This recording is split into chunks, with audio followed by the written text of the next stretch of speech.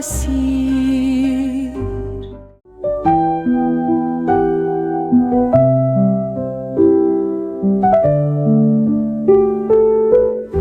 பொதுக்காலம் 9ஆம் வாரம் செவ்வாய்க்கிழமை.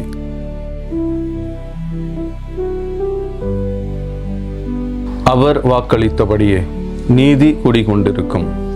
புதிய விண்ணுலகம் புதிய மண்ணுலகம் வரும் என நாம் எதிர்பார்த்து கொண்டிருக்கின்றோம். கட்டுப்பாடற்றவர்களின் தவறான வழிகளால் கவர்ந்தெழுக்கப்பட்டு உங்கள் உறுதி நிலையினின்று விழுந்து விடாதபடி கவனமாயிருங்கள். நம் ஆண்டவரும் மீட்பருமான இயேசு கிறிஸ்துவின் அருளிலும் அறிவிலும் வளர்ச்சி அடையுங்கள்.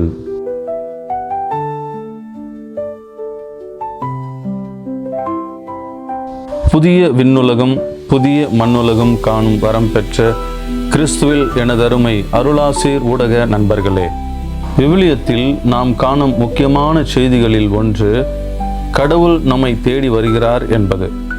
ஆனால் அவர் எப்பொழுது வருவார் என்பது யாருக்குமே தெரியாது. அவர் வரும்பொழுது தயார் நிலையில் இருப்பவர்கள் அவரை கண்டுகொண்டு அவர் தரும் நிறை வாழ்வையும் மகிழ்ச்சியையும் பெற்றுக்கொள்வார்கள். இயேசுவை கோவிலில் காணிக்கையாக ஒப்பு கொடுக்கப்பட்ட பொழுது சிமியோனும் அன்னாலும் மட்டுமே இயேசுவை கண்டுகொண்டார்கள். அதற்கு காரணம் அவர்கள் தங்களை தகுதியான தயார் நிலையில் வைத்து கொண்டதே. மேலும் 10 கன்னியர் ஊமையில் தயாராக இருந்த 5 கன்னியர் மட்டுமே மணமகனோடு திருமண விருந்தில் கலந்து கொண்டார்கள் என்று நாம் விவிலியத்தில் வாசிக்கின்றோம். மேலும் இயேசு வீட்டுத் தலைவர் வரும்பொழுது எந்த பணியால் தன்னுடைய தலைவரின் பணியை முழுமையாக செய்வதை தலைவர் பார்க்கின்றாரோ அவர் அதற்கான கைமாறு பெறாமல் போகார் என்று விழிப்பாய் இருக்கும் பணியாளர் ஊமையின் வழியாக கற்றுத்தருகின்றார். இதே செய்தியைத்தான் இன்றைய முதல் வாசகமும் எதிரொலிக்கின்றது. இன்றைய முதல் வாசகத்தில் நீதி குடிகொண்டிருக்கும் புதிய விண்ணுலகம் புதிய மண்ணுலகம் வரும் வரை தங்களையே மாசு மறுவற்றவர்களாய் காத்து கொள்ளவும் நல்லுறவு கொண்டவர்களாகவும் வைத்து கொள்ளவும் வேண்டும் என்று புனித பேதுரு எடுத்துரைக்கின்றார். இங்கு பேதுரு 2 விதமான தயாரிப்புகள் பற்றி பேசுகின்றார். ஒன்று தனிப்பட்ட வாழ்வில் தூய்மை, 2 உறவு வாழ்வின் உயர்வு.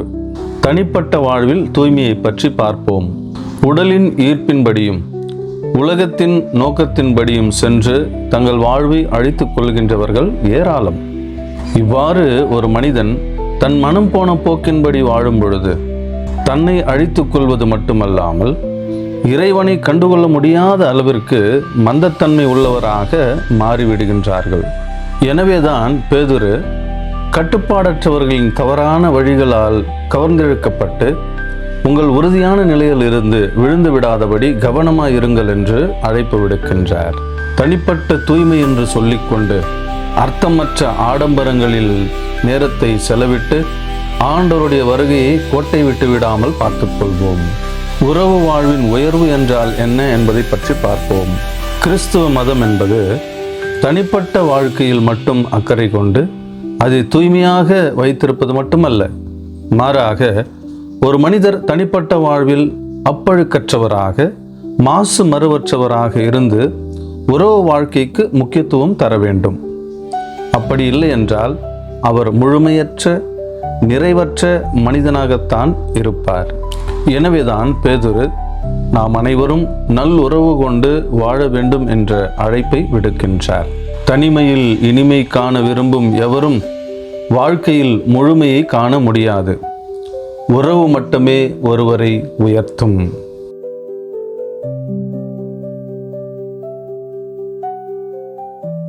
உறவுகளை உறுதிப்படுத்தும் இறைவா, உறவே வாழ்க்கையின் மையம், உறவு மட்டுமே எங்களை உயர்த்தும் என்கின்ற சிந்தனையை ஆழப்படுத்திக் கொள்ள தேவையான அருளையும் ஆற்றலையும் எங்களுக்கு தாரும்.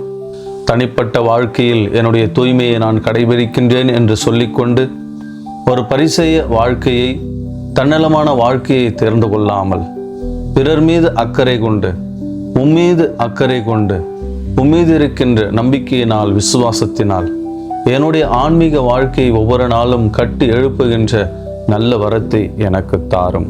தன்னுடைய வீட்டு பணிகள் செய்வதை எந்த தலைவர் காண்கின்றாரோ அவர் மகிழ்ச்சியுறுவது போல நீர் வருகின்ற பொழுது உம்முடைய விருப்பத்தை நாங்கள் நிறைவேற்றுகின்றவர்களாக இருந்து உம்மை மகிழ்ச்சிப்படுத்த, மாட்சிப்படுத்த, உமது புகழை, உமது நாமத்தை மேன்மைப்படுத்த தேவையான அனைத்து அருள்வரங்களையும் எங்களுக்கு நிறைவாக தாரும். அற்புதத்தின் தெய்வமே, இன்று இந்த நாளை ஒப்பு கொடுத்து மகிழ்கின்ற திருநெல்வேலியை சார்ந்த திரு ஜோசப் ரவி சாஸ்திரி, திருமதி வெண்ணிலா மற்றும் இவர்கள் இருவரையும் ஆசிர்வதிக்கின்ற விதமாக நீர் இவர்களுக்கு கொடுத்திருக்கின்ற பாலதனுஷ், ஜெரிஸ்டன் என்கின்ற இந்த மகன்களுக்காகவும் நாங்கள் நன்றி செலுத்துகிறோம். அன்பு ஆண்டவரே, இந்த நாளிலே இந்த ஒட்டுமொத்த குடும்பத்தையும் உமது அருட்கரங்களிலே ஒப்பு கொடுத்து ஜெபிக்கின்றோம். ஆண்டவரே, ஏராளமான ஆசீர்வாதங்களால் இந்த குடும்பத்தை நீர் நிறைத்திருக்கின்றீர். இதோ இந்த நாள் வரை எந்த ஒரு குறையும் இல்லாமல் இந்த குடும்பத்தாரை நீர் வழிநடத்தி இருக்கின்றீர். மக்களை காக்கும் பணியில் ஈடுபட நல்லதொரு வாய்ப்பை இந்த குடும்ப தலைவனுக்கு நீர் தந்திருக்கின்றீர். அன்பு ஆண்டவரே, இந்த குடும்பத்தாரை ஆசீர்வதிக்கின்ற விதமாக அருமையான 2 மகன்களையும் கொடுத்து வழிநடத்தி கொண்டிருக்கின்றீர். இந்த கொடைகளுக்கெல்லாம் நாங்கள் எவ்வளவு நன்றி சொன்னாலும் ஆண்டவரே அது போதாது.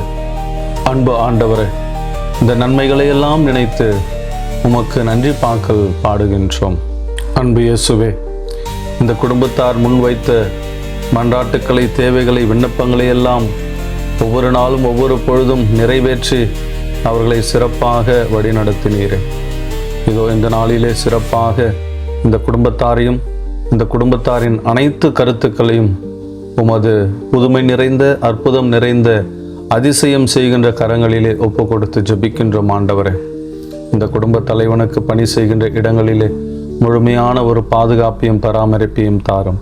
அவருக்கு நல்ல உடல் உள்ள சுகத்தை, ஆன்ம நலத்தை தாரும். ஆண்டவரே, இந்த குடும்பத்தை நல்ல பாதையில் கொண்டு செல்லுகின்ற இந்த குடும்ப தலைவியை நிறைவாக ஆசிர்வதியும்.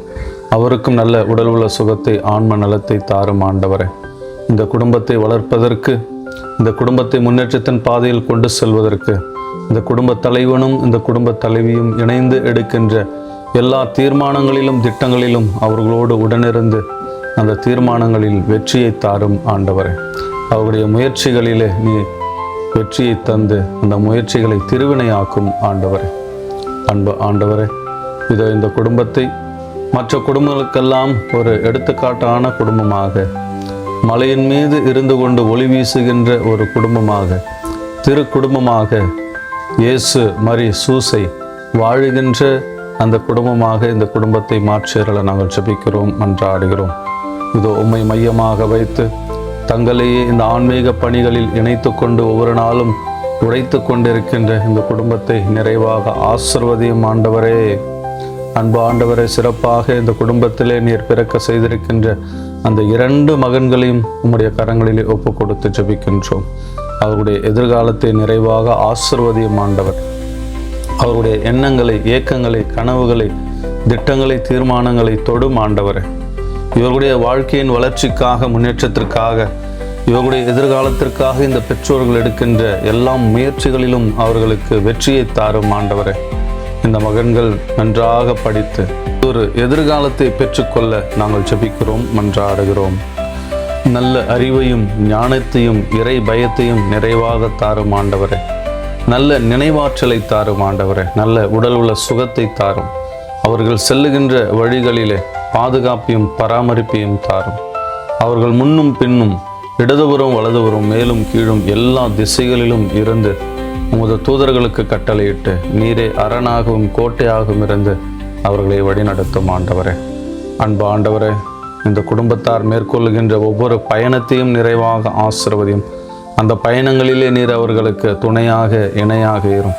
உமது பிரசன்னம் கொண்டு அவர்களை நிறைத்தருள எந்தவித தீய சக்தியும் அவர்களை தாக்காமல், எந்தவித பொறாமை சம்பந்தப்பட்ட பார்வையும் இந்த குடும்பத்தின் மீது படாமல் நீரே பாதுகாத்து வழிநடத்தியருள நாங்கள் ஜெபிக்கிறோம். எல்லாம் வல்ல இறைவன் இந்த குடும்பத்தாரை நிறைவாக நீர் ஆசீர்வதித்து வழிநடத்துவீராக. தந்தை, மகன், தூய ஆவியாரின் பெயராலே ஆமென். Praise the Lord. இயேசுவுக்கே புகழ், இயேசுவுக்கே நன்றி. மரியே வாழ்க.